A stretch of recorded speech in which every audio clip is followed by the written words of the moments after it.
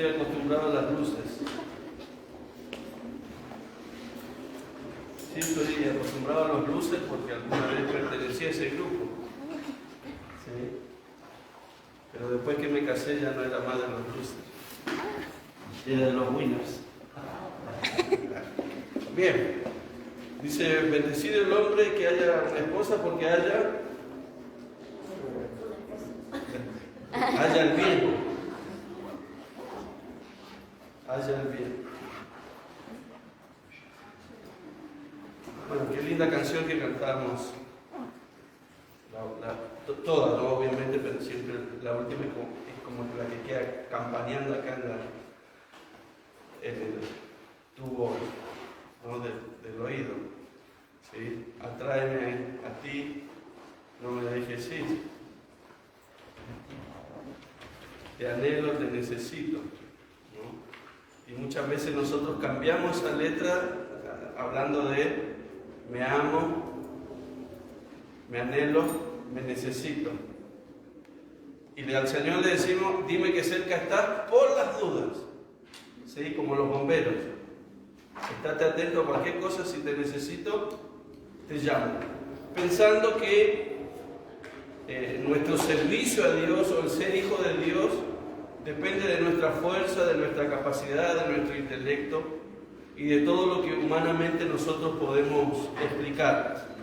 Sé que muchas veces entender la obra de Dios en el corazón del hombre, de la mujer, no es fácil porque al ser una obra divina, es una obra que está por sobre nuestro razonamiento.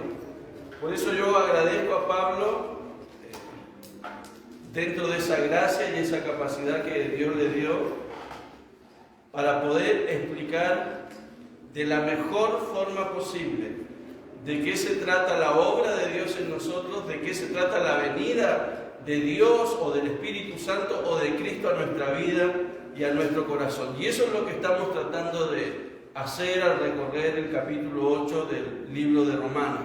Bueno, en esta oportunidad usted verá que no van a pasar 3 predicaciones y va a predicar Érico, sino van a pasar 4 predicaciones.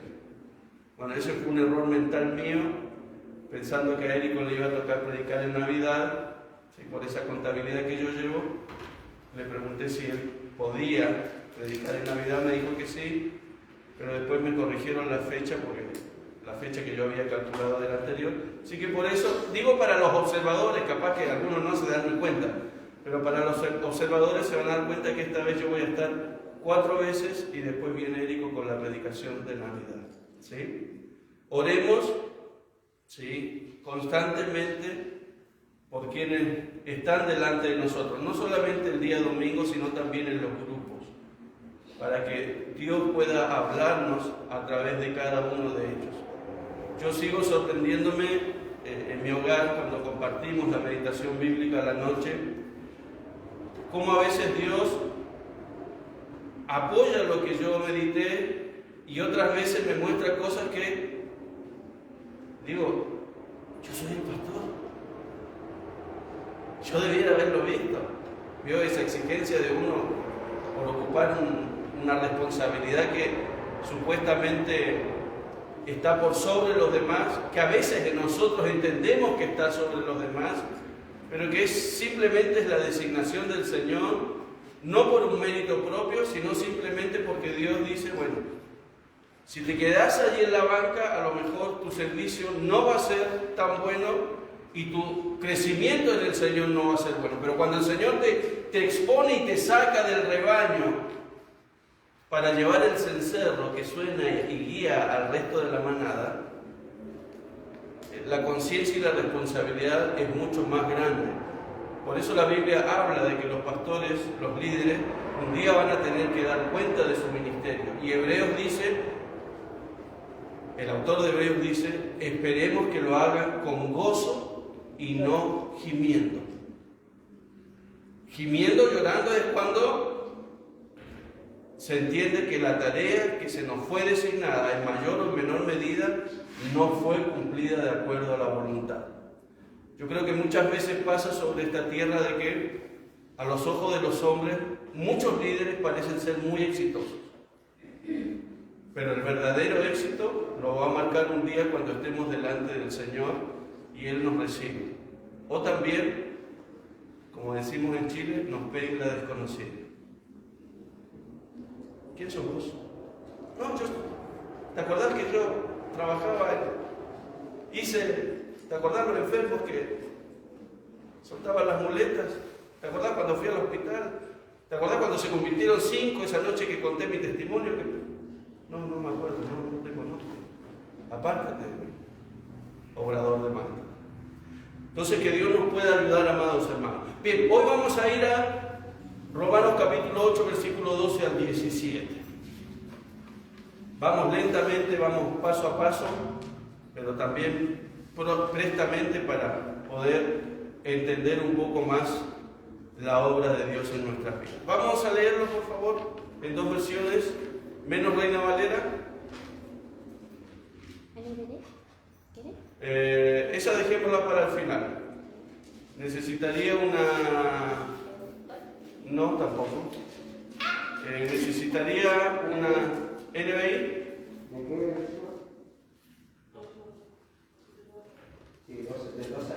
17. Por tanto, hermanos, tenemos una obligación, pero no es la de vivir conforme a la naturaleza pecaminosa, porque si ustedes viven conforme a ella, morirán. Pero si por medio del Espíritu dan muerte a los malos hábitos del cuerpo, vivirán. Porque todos los que son guiados por el Espíritu de Dios son hijos de Dios. Y ustedes no recibieron un espíritu que de nuevo los esclavice al miedo, sino el Espíritu que los adopta como hijos y les permite clamar: Abba, Padre. El Espíritu mismo les asegura a nuestros espíritus que somos hijos de Dios. Y si somos hijos, somos herederos, herederos de Dios y coherederos con Cristo. Pues si ahora sufrimos con Él, también tendremos parte con Él en su gloria. Amén. Bien. Así que, amados hermanos, ustedes no están obligados a hacer lo que la vieja naturaleza les dice. Si lo siguen haciendo, perecerán. Pero si mediante el poder del Espíritu hacen morir a la naturaleza pecaminosa y sus obras, vivirán. Los hijos de Dios son los que se dejan conducir por el Espíritu de Dios. Ustedes no recibieron un espíritu que los haga esclavos del miedo. Recibieron el Espíritu que los adopta como hijos de Dios y les permite clamar: Padre, Padre. Porque el Espíritu mismo le asegura a nuestro espíritu que somos hijos de Dios. Como somos sus hijos, somos herederos, herederos de Dios y coherederos junto con Cristo. Pero si compartimos su gloria, también hemos de participar de sus sufrimientos. Amén. Bien, leo en Reina Valera del 60, del versículo 12 al 14. Así que, hermanos, deudores somos, no a la carne, para que vivamos conforme a la carne. Porque si vivís conforme a la carne, moriréis, mas si por el Espíritu hacéis morir las obras de la carne, viviréis. Porque todos los que son guiados por el Espíritu de Dios, estos son hijos de Dios. Bueno, cuando Pablo dice, en la versión Reina Valera, así que, hermanos, deudores somos, ese así que está viniendo a colación a lo que ya ha dicho, ¿no?, en el versículo 1, 2 hasta el 11, ¿sí? El deudores somos es parte de nuestra libertad cristiana. Nosotros siempre hablamos de la libertad cristiana. Ustedes saben que hoy muchos cristianos viven en un libertinaje, malentendiendo la libertad en Cristo, ¿sí? Bueno, parte de esa libertad en Cristo tiene que ver con el que somos deudores. Yo soy deudor de Cristo. Y acá les pregunto, ¿por qué ustedes creen que somos deudores de Cristo? Porque Él pagó por nosotros. Pagó con su sangre. Bueno, Débora no quiere hablar porque tú te estás diciendo lo que ella quería decir, ¿no? Somos deudores porque en cuanto a la salvación que hicimos nosotros, alguno dirá: yo creí, yo acepté, yo recibí, yo he hecho esto, he hecho lo otro. Pero ¿quién generó la salvación, el nuevo nacimiento? Si nuestra naturaleza era naturaleza pecaminosa y como pecaminosa estaba muerta. ¿Sí? A mí me encanta la imagen del profeta Ezequiel, cuando el Señor lo lleva al valle de huesos secos y le pregunta, ¿qué ves? Huesos secos. ¿Alguna vez tuvieron carne, tuvieron tuétanos, tendones, tuvieron órganos, ¿sí? Del cuerpo, ¿no? Me refiero, y tuvieron vida, pero hoy son huesos secos. Estaría para molerlo, hacer harina de hueso y por ahí mezclárselo para darle alimento balanceado a algunas de las mascotas que están vivas. Si no me miren con cara de asco, que eso es lo que se hace con los alimentos balanceados. Bien. Pero, ¿qué pasó? Sopló el Espíritu de Dios y ¿qué pasó sobre esos huesos secos? Mágicamente, diría alguien que viene recién llegando del mundo, mágicamente, por suerte, recobraron vida. Bueno, ¿saben que cuando yo miro esa imagen y pienso en esa imagen, ¿saben en quién pienso?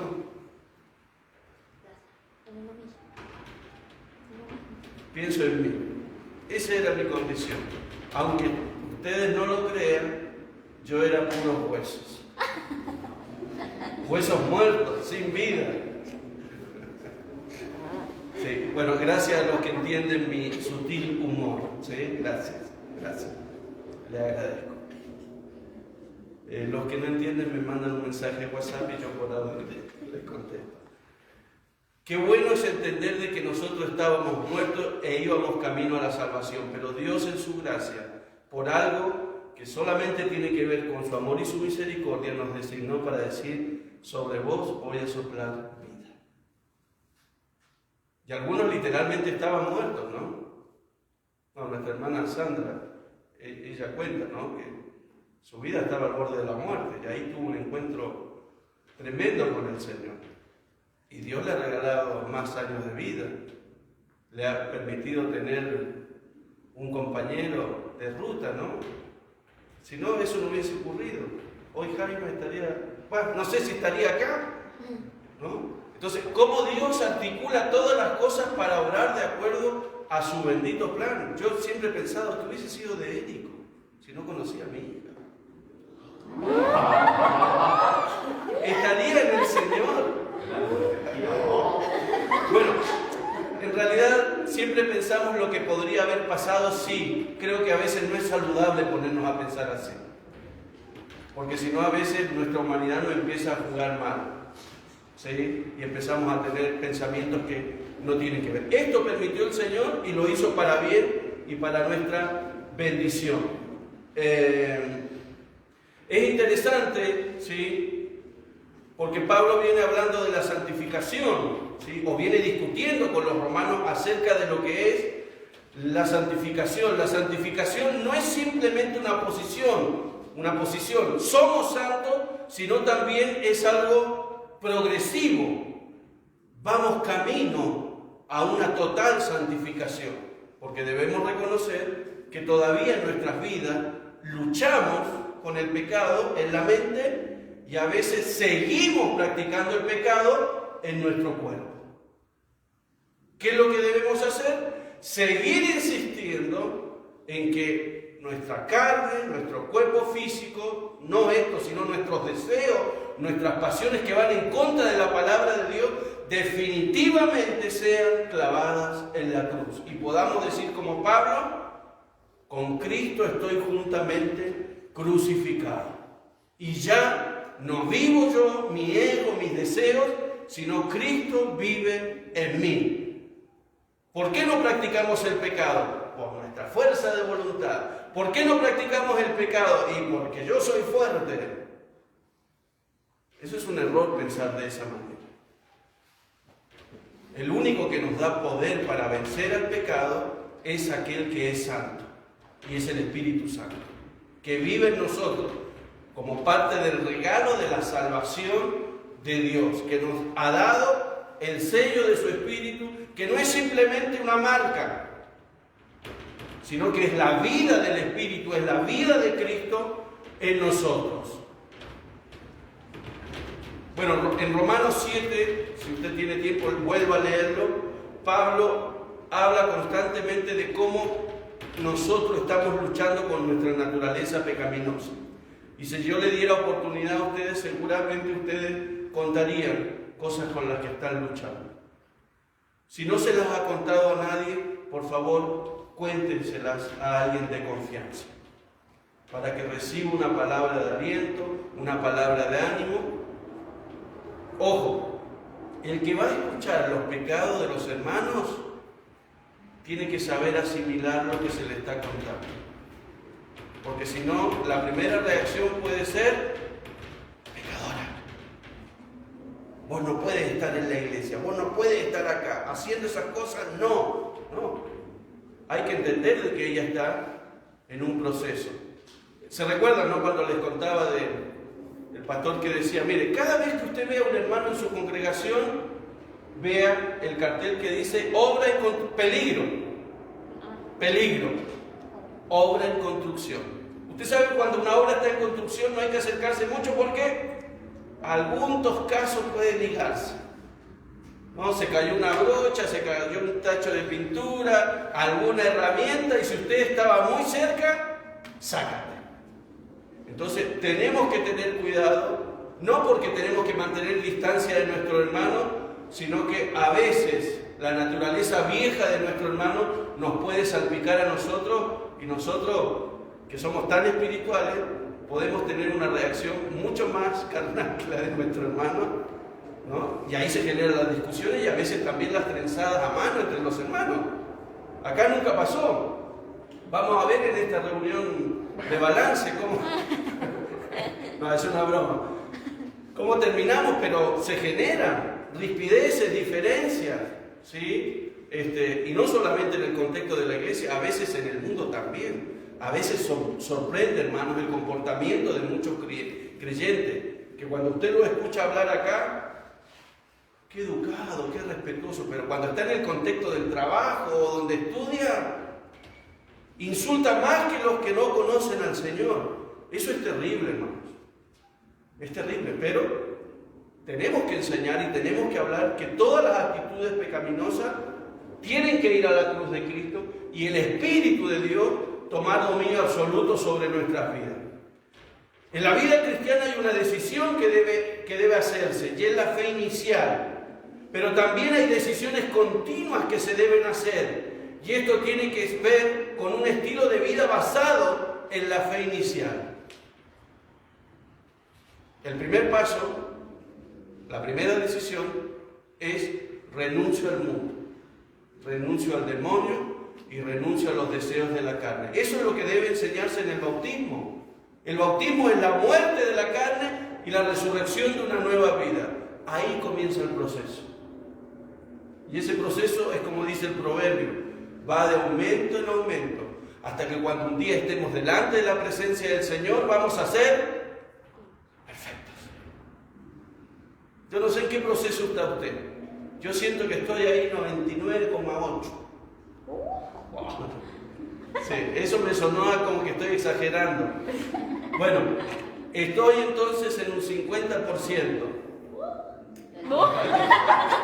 Bueno, 25%. Bueno, falta que uno se levante y me diga, bueno, pastor, no exagere. Seguimos para atrás.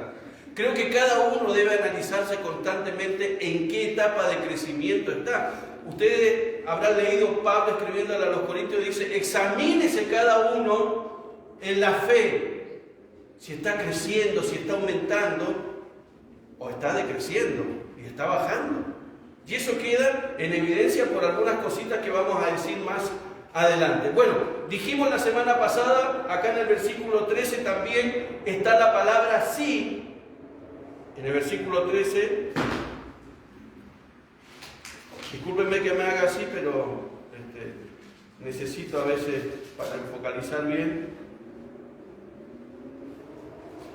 Porque si ustedes dicen, ese sí está muy presente en este capítulo, y lo vemos en el versículo 9, 10, 11, 13 y 17. Son oraciones condicionales con las cuales Pablo, ¿sí?, presenta su punto de vista como una verdad que los romanos necesitan convencerse y recibir, y Pablo asume que los que le están escuchando le van a entender, lo van a comprender y van a asimilar toda esa frase.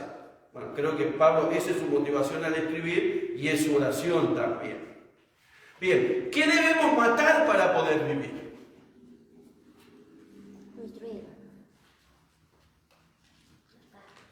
Bueno, Pablo acá presenta un argumento netamente militar, porque él dice que debemos matar ¿para qué? Para vivir. Bien, muy bien. Si no mato, me matan. Las obras de la carne son nuestro letal enemigo que está decidido a destruirnos. Toda alianza o arreglo con las obras de la carne en nuestras vidas es como, bueno, esto lo mantengo oculto, lo mantengo ahí encajonado, total nadie no se va a dar cuenta, nadie lo va a ver. Toda alianza de ese tipo con las obras de la carne, dejando de lado y desechando la confesión, el arrepentimiento, que son fundamentales para nuestro crecimiento en Cristo, tenemos que confesar nuestros pecados. La Biblia dice, confesad vuestras ofensas o vuestros pecados unos a otros, ¿sí? Entonces, no solamente hay un grupo de cristianos en la iglesia que están para escuchar la confesión de los otros, sino los otros también tienen que estar dispuestos que aquellos que alguna vez lo escucharon puedan también ser oídos por ellos. Obviamente la Biblia habla de que estas personas que ayudan a restaurar a otros deben ser personas que estén maduras, o sea, que tengan un crecimiento espiritual. Yo creo que en la medida de nuestro crecimiento, cada uno de nosotros estamos capacitados para enfrentar ciertas situaciones y poder aconsejar. Pero hay cosas en las cuales no tenemos que meternos. Y acá doy dos ejemplos muy simples. Un soltero jamás puede aconsejar un matrimonio. ¿Por qué? Pregunto. Porque no tiene la experiencia, no tiene experiencia. ¿Cómo? No se puede poner en el lugar del otro. Bien, ¿por qué no se puede poner en el lugar del otro? Porque no está experimentando, no está viviendo la situación. Ahora, ¿un casado puede aconsejar a un soltero? Sí. ¿Por qué? Porque ella pasó por esa etapa. Claro, porque alguna vez él o ella fueron solteros. Entonces, muchas de nuestras experiencias duras de la vida tienen que ver con eso. Porque en el contexto de la iglesia, después de haber sido salvo, después que el Espíritu ha venido a nuestra vida, después de tener una relación con Dios, después de leer, estudiar, meditar las Escrituras, nuestro conocimiento del plan de Dios o del desarrollo del plan de Dios va creciendo en nuestra mente. Y cuando llega alguien que pasó por el mismo problema que nosotros no podemos decir, bueno, que el Señor trate con tu vida. No. Nosotros tenemos que tener nuestros oídos abiertos para oír, para escuchar, para comprender, para mimetizarnos y poder animar y ayudar. ¿A veces nuestra ayuda será bien entendida? Sí. ¿A veces será agradecida? Sí. Otras veces será malinterpretada, será desechada y es más, nos harán responsables de la vida o de las malas decisiones de esa vida porque nosotros no supimos aconsejar, no supimos orientar. Creo que en esto Dios tiene que darnos mucha gracia en la consejería. Yo creo que a veces cuando un consejero dice, tenés que hacer esto, esto y esto, es un error. Lo que nosotros tenemos que buscar con la ayuda del Señor, y esto es simplemente dialéctica, no es que hay que tomar un curso, es simplemente dialéctica. Nosotros tenemos que orientar para que la persona sola se dé cuenta, esto es lo que tengo que hacer. Y cuando él o ella piensa de esa manera, nosotros tenemos que... Porque lo que yo les pueda decir a ustedes, lo pueden tomar como lo pueden desechar. Puede quedar alojado en su mente o puede pasar de largo. Pero cuando ustedes entienden algo, A mí me ha pasado muchas veces trabajando ahí a la par con Leito, con Dante o con Eduardo, a veces hasta con Franco mismo, que es el menor de los varones, que uno podría pensar, no, este pibe no casa una. Bueno, a veces no están tan despiertos y a veces estamos haciendo algo y yo le digo, mira, voy a hacer esto y esto y esto. Y a veces ellos me dicen, papi, ¿por qué no lo hace así? Porque así como usted está diciendo puede pasar esto, pero si lo hace de esta otra manera es más seguro. No, mi reacción no es esa, pero digo, wow. Entonces, a veces, esa frase que no sé si usted alguna vez la escuchó, pero en el contexto pentecostal esta frase es mortal. Si pusieren a un niño por delante, a él oíd. Porque uno pensaría que un niño, ¿qué me va a enseñar? A veces Dios nos sorprende, ¿sí? A veces Dios nos sorprende. Entonces dijimos, toda alianza o arreglo con las obras de la carne empeorará nuestra situación. Si nos ponemos al servicio de las obras de la carne, de esos pecados que usted todavía no quiere cortar ni abandonar, vamos a morir. Si nos rendimos, nos matan. Si no luchamos, nos matan. Las obras de la carne actúan igual que un cáncer o el SIDA. Si no lo destruimos, si no lo combatimos, nos destruirá. Y si permitimos que nuestro cuerpo, nuestra mente sea un caldo de cultivo, nos va a devorar. Dice la versión latinoamericana, porque si ustedes viven según la carne, irán a la muerte. En cambio, si matan por el Espíritu, ahí está el arma poderosa. No es mi voluntad, no es mi mente, no es mi deseo, es el Espíritu, las obras de la carne. ¿Sí? Si matan por el Espíritu las obras de la carne, vivirán. Bueno, el texto es claro. Porque si vivís según la carne, moriréis. Acá se usan dos verbos en la traducción y ambos verbos están en tiempo presente, lo cual me habla de ¿qué? ¿De una acción momentánea?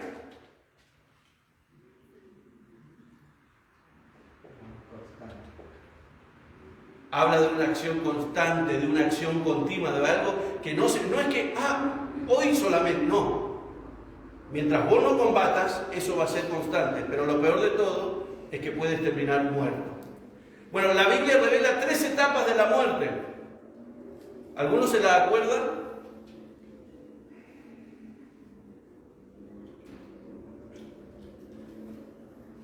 Muerte espiritual, la cual heredamos por la mala decisión de Eva y de Adán. Ahí puede leer Génesis 2:17, Génesis 3 del 1 al 7 o Efesios 2:1.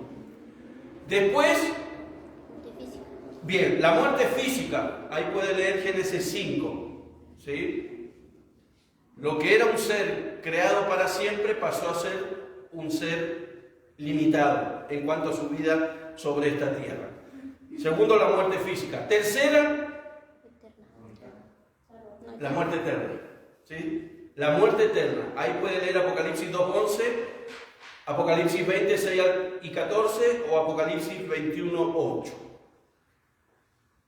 Lo que se habla en este pasaje es de la muerte espiritual de Adán, que resultó en la muerte física de la raza humana y que nosotros, a pesar de estar en el Señor, vamos a tener que experimentar la separación, ¿sí?, del hombre interior de este cuerpo natural.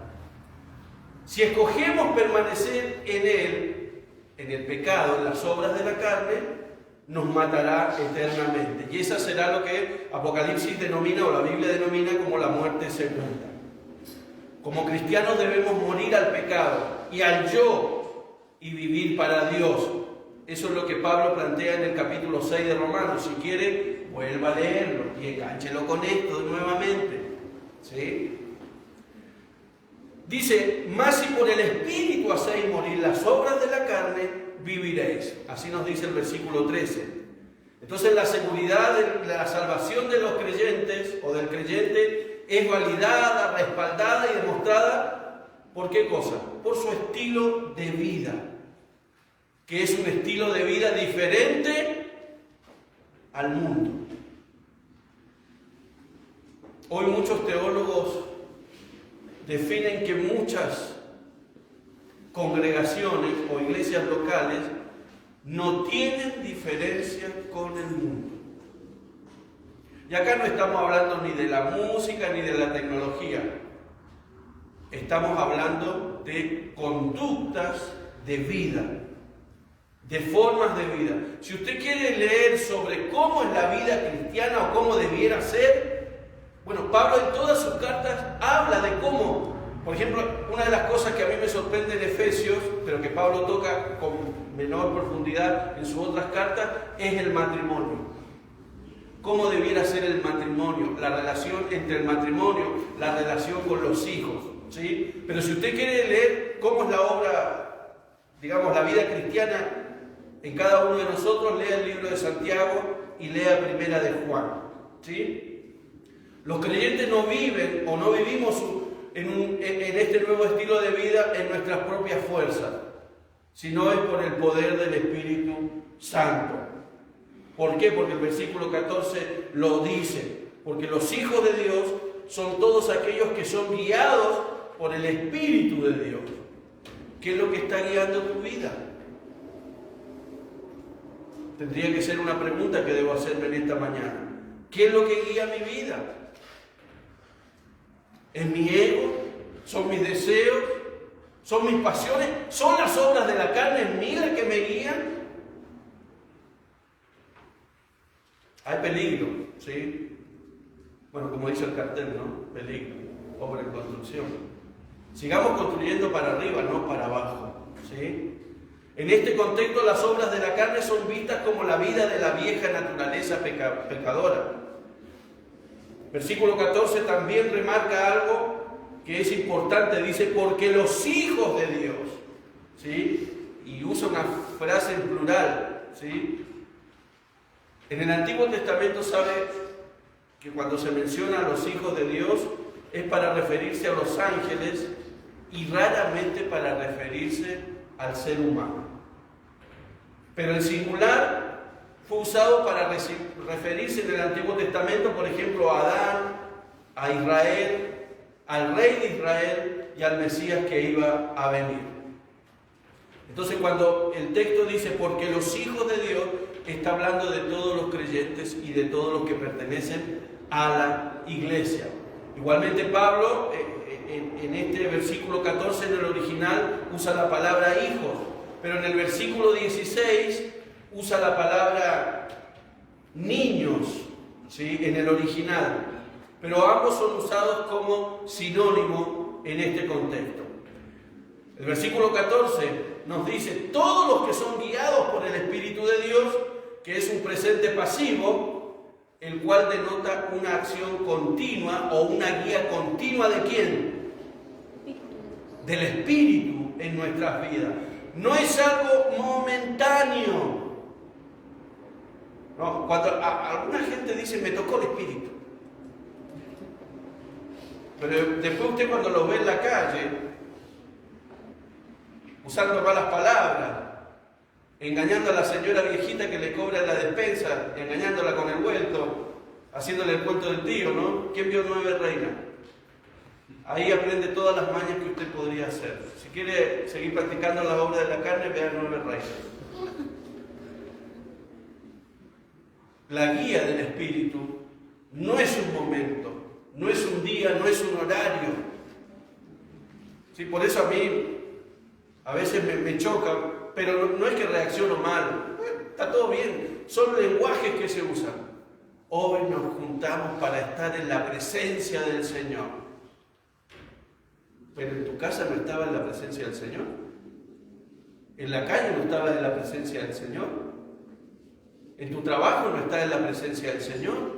Cuando tienes una actividad deportiva no estás en la presencia del Señor. Si estamos cada momento en la presencia del Señor, automáticamente quien guía mi vida tiene que ser el Espíritu Santo en todo momento. ¿Sí? ¿Qué es ser guiado por el Espíritu de Dios? A ver, ¿alguien me puede decir brevemente, sin caer en términos muy profundos?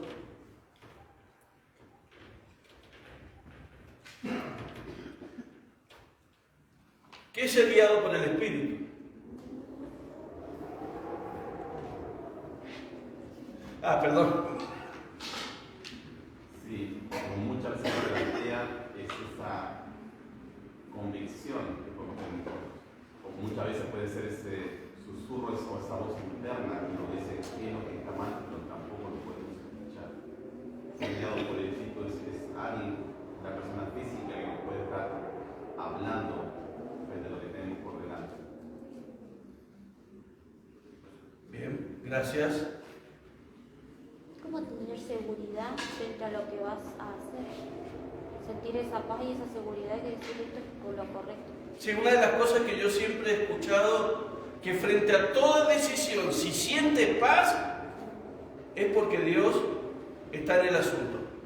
Pero si te causa 1 milímetro, en términos de distancia, o 1 milésima, medida de tiempo, de inquietud, de molestia,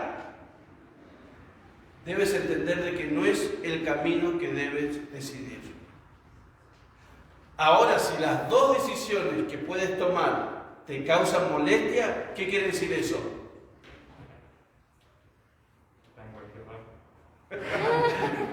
Sí, puede ser que hay una tercera vía que no estamos viendo y no estamos entendiendo. O la otra vía es que Dios te está diciendo, quédate acá. ¿Sí? ¿Se entiende? Sí, yo creo que ser guiado por el Espíritu va más allá de algunas sensaciones que uno pueda sentir en el momento, porque muchas veces también lidiamos contra nuestro espíritu que quiere hacer otra cosa y entonces la emoción muchas veces nos gana, ¿no? Entonces, básicamente diría que ser guiado por el Espíritu es no hacer algo contrario a lo que Dios quiere que haga. Bien, bien, gracias. Ser guiado por el Espíritu es dejarse llevar, es moverse en la dirección que sopla el viento del Espíritu. ¿Recuerdan, no? Cuando Jesús habla con Nicodemo, le dice, el viento sopla de donde quiere y va hacia donde va. Hacia donde quiere, claro. Claro, va hacia donde va en la dirección que el viento quiere. O en este caso el Espíritu quiere. Entonces, ¿qué quiero decir con esto? Que no necesariamente en ciertas situaciones X vos hayas optado A, quiere decir que este cristiano que está en la misma situación X tiene que optar la situación A. Ese es el error que muchas veces nosotros cometemos. Tratar de repetir la experiencia de otro. Por ejemplo, una experiencia que moviliza mucho a los pastores hoy es cómo creció ese de allá. Hay una unción especial, hay un espíritu especial. ¿Y qué pasa? Salen todos corriendo para allá para meter la cabecita y le pongan la mano. Y cuando llego acá, se repite la experiencia. Yo no quiero decir que eso no es de Dios, lo que está ocurriendo allá. A eso me refiero. Pero a veces lo que no distinguimos son los procesos que llevó a este hombre o a esta mujer de Dios a estar en este punto. O sea, nosotros queremos el crecimiento, queremos el éxito, queremos todo lo visible que el mundo pueda ver para decir, el pastor Gatica es un hombre de éxito. Tiene radio, televisión, ¿sí? ¿Y qué otras cosas más puede tener, no? A lo mejor yo me quedé en el tiempo. Radio online, canal de YouTube, ¿sí? La iglesia se compró un satélite, entonces no importa que se caiga YouTube, tenemos un satélite y transmitimos igual. Alguien puede, wow. A veces lo que nos olvidamos de que hay un proceso para, en todos los aspectos de nuestra vida, para que Dios nos lleve acá. El éxito no significa un toque de varita mágica. El éxito significa trabajo. Y en este caso no estamos de trabajar duro para crecer como iglesia, sino dejar que el Espíritu de Dios, que Dios trabaje en nuestras vidas para que Dios nos lleve al éxito que Él quiere darnos. Porque ese es el otro problema. No queremos el éxito que Dios quiere darnos.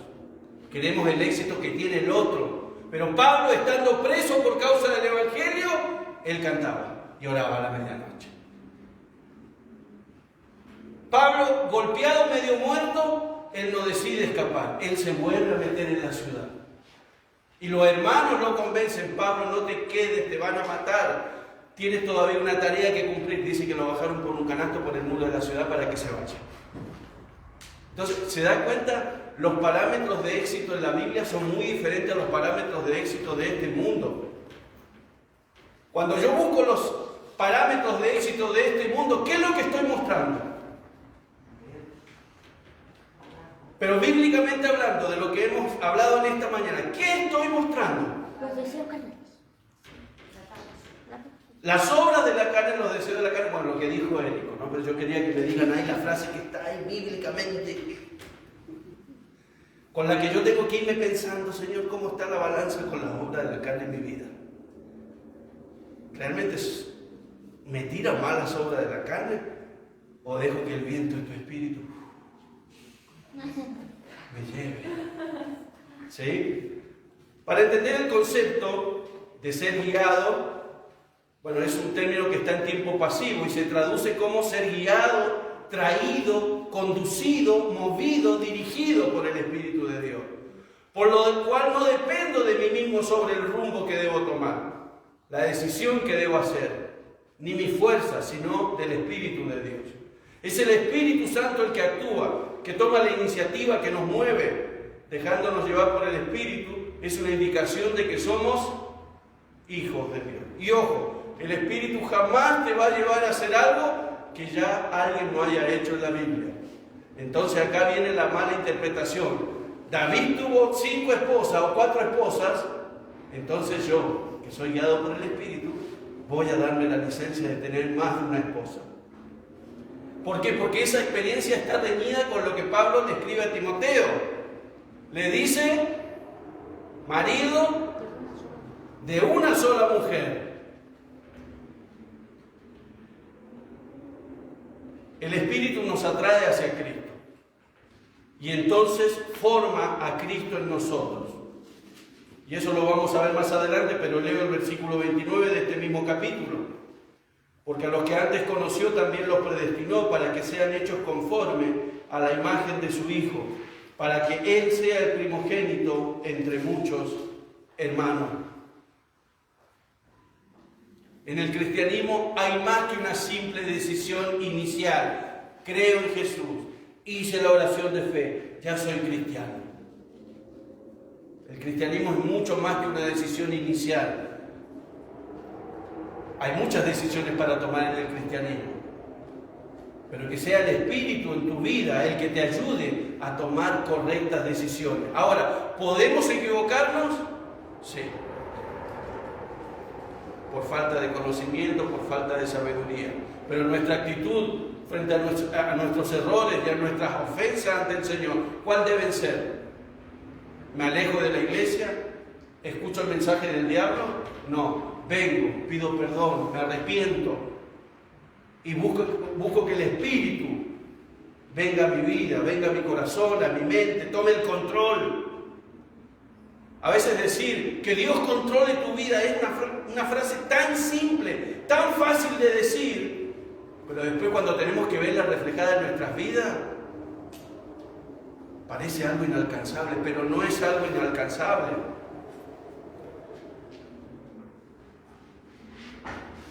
El Espíritu Santo obrando en nosotros, la guía del Espíritu en nosotros, consiste de un discipulado continuo que empieza con una decisión inicial.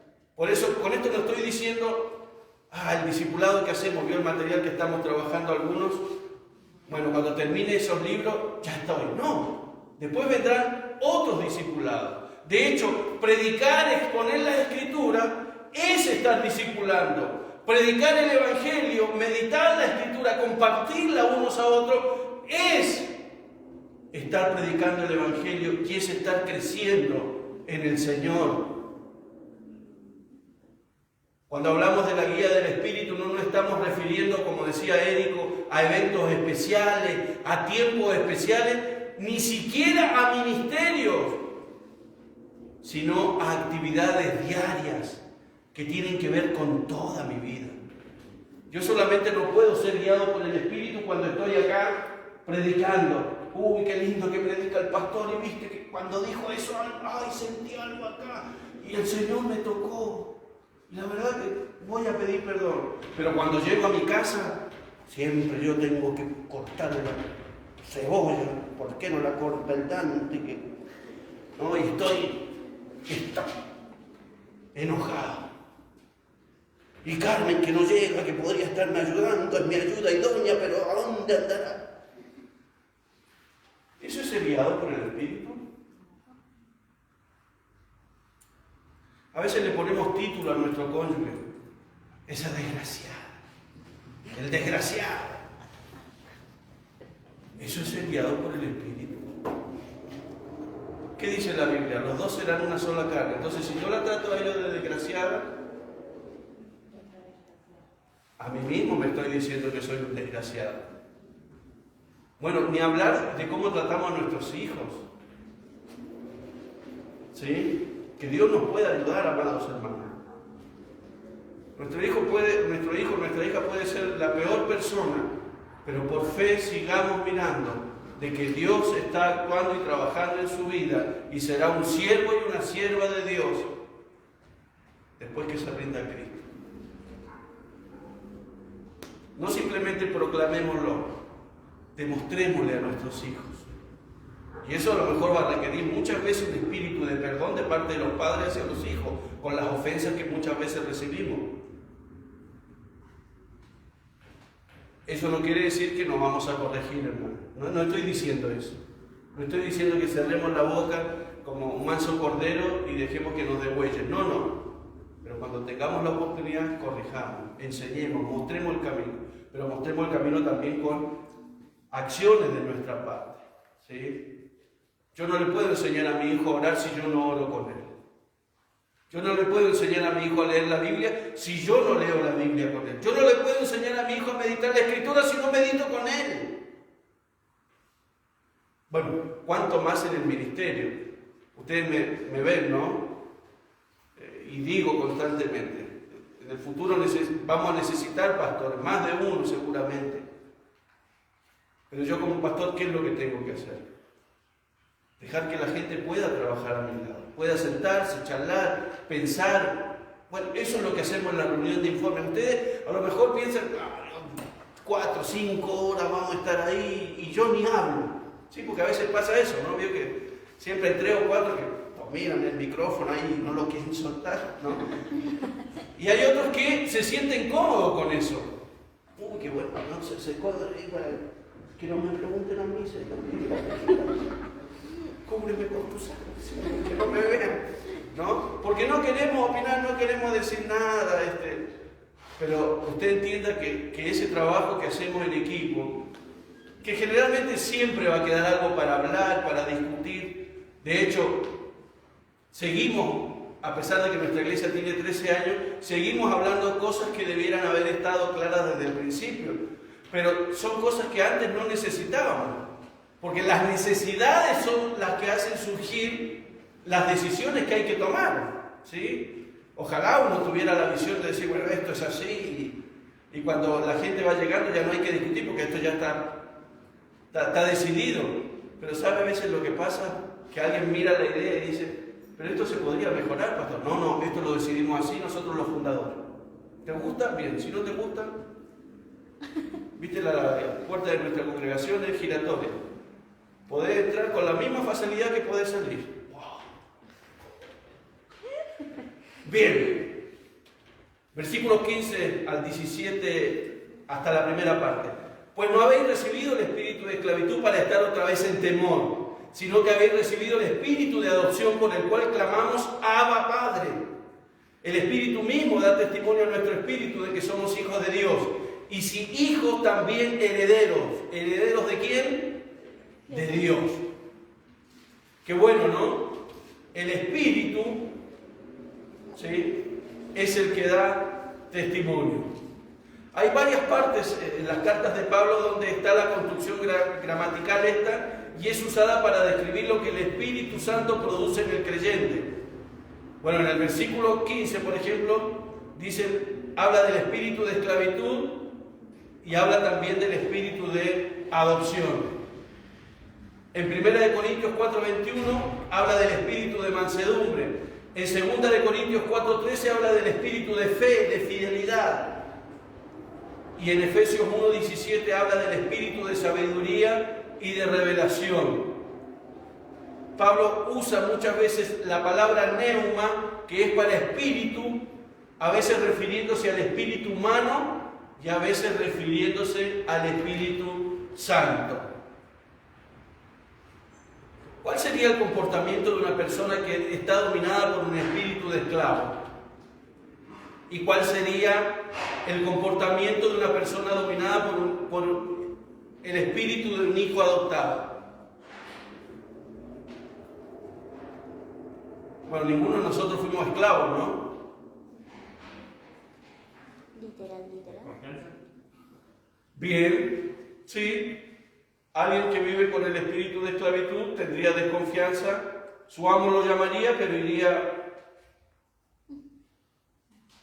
¿para qué me llama? ¿Para darme una orden? ¿Para pedirme algo? ¿O para golpearme? Entonces su actitud, y creo que uno de los textos que leímos nos habla de que en la actitud del esclavo está la actitud de temor, de miedo. ¿Sí? Miedo porque ha recibido de ese amo que lo domina y lo controla castigo, dolor. ¿Cómo era nuestra vida cuando estábamos sin Cristo?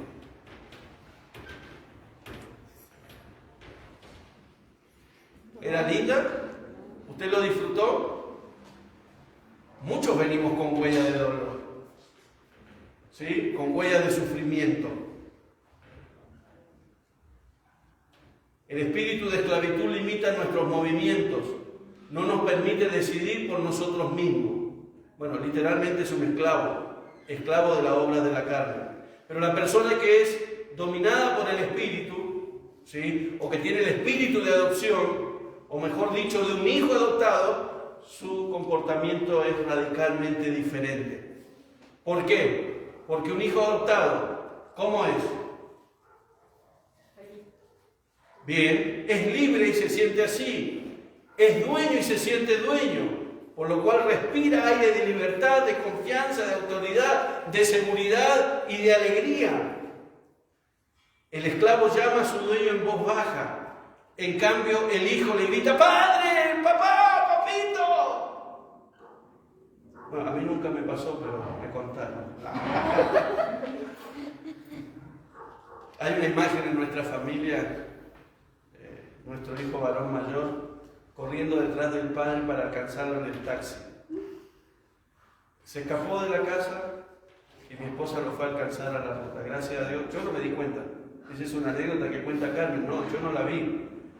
¿Sí? Pero él iba detrás de su papá. Aquellos que hemos sido adoptados por Dios, siempre vamos a correr a los brazos de papá. Yo sé que a lo mejor algunos que no tuvieron papá, me incluyo en ese grupo, cuesta entender un poco ese concepto. Y de hecho alguno puede estar luchando todavía enojado con ese sentimiento de no haber tenido un papá, o de haber tenido un papá castigador, insultador, bebedor. ¿Sí? El esclavo mantiene distancia, en cambio el hijo corre y se arroja a su padre para abrazarlo. Nueva Biblia Española dice: miren, no recibieron un espíritu que los haga esclavos y los vuelva al temor. Recibieron un espíritu que los hace hijos y que nos permite gritar: Abba, Padre. La característica de la vieja naturaleza es el temor, es el miedo, es la inseguridad.